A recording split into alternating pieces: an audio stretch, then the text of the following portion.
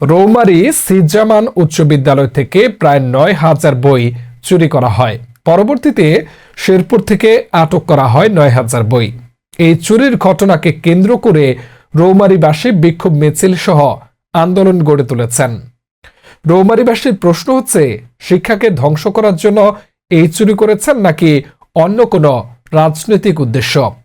বিস্তারিত আকাশ খান কুড়িগ্রাম জেলা প্রতিনিধির তথ্য ও চিত্রে মেহেদী হাসান।